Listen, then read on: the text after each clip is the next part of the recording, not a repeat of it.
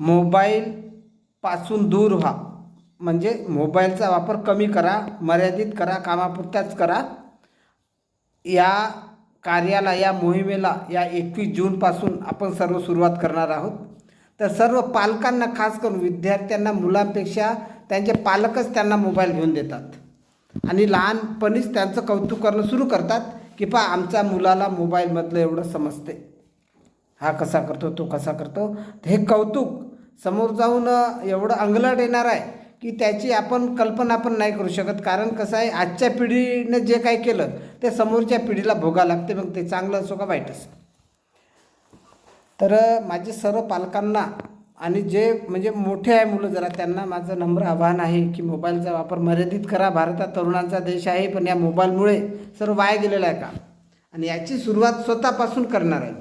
मी पण मोबाईलचा वापर करतो आणि त्याचं कालपासून सुरुवात केलेली आहे. मी थोडा कमी केला आणि माझ्यात आजच थोडा बरं वाटायला लागलं आहे.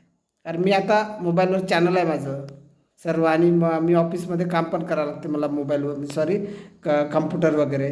तर ते जेवढं करायचं तेवढंच करायचं बस, त्याच्यानंतर बाजूला व्हायचं, नुसतं काहीतरी इचकत राहायचं नाही, हे पाच ते पाच काहीतरी करत राहायचं नाही.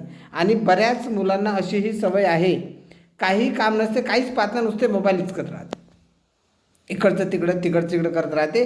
आणि कसं आहे माहिती आहे का, मोबाईलवर जर आपण काही पाहत असू तर ते आपल्या डोळ्यावर इफेक्ट होते, आपल्या शरीरावर इफेक्ट होतेच होते. पण काही पाहत जर नुसता मोबाईल जर राहिला तर ते एक मशीन आहे, ती एक मोठी एवढी हे बॅटरी आहे, तर ती याचा आपल्या हाताला स्पर्श होतो, कधी कधी आपल्या शरीराला स्पर्श होतो, आणि ते त्याचे साईड होतातच होतात. त्याच्यामुळे काही काम नाही, मोबाईल बाजूला ठेवून द्यायचा, बाजूला ठेवायचा, आणि जेव्हा काम पडेल त्या स्कॉलिंग करायचं, व्हिडिओ जे काही PDF वगैरे जे फाईल वगैरे तेवढं बाजूला ठेवायचं. कारण ही गोष्ट भविष्यामध्ये आज बऱ्याच पालकांना याचे अनुभव येत आहे. लहान मुलांना बऱ्याच म्हणजे स्पॉन्डिलायसिस सारख्या आजारांचा प्रादुर्भाव झालेला आहे.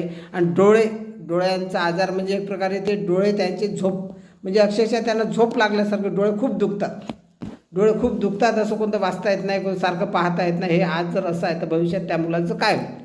तर ही चिंता प्रत्येकालाच आहे, आणि ही चिंता फक्त चिंता करून चालत नाही, तर त्या चिंतेवर सोल्युशन करायला लागते.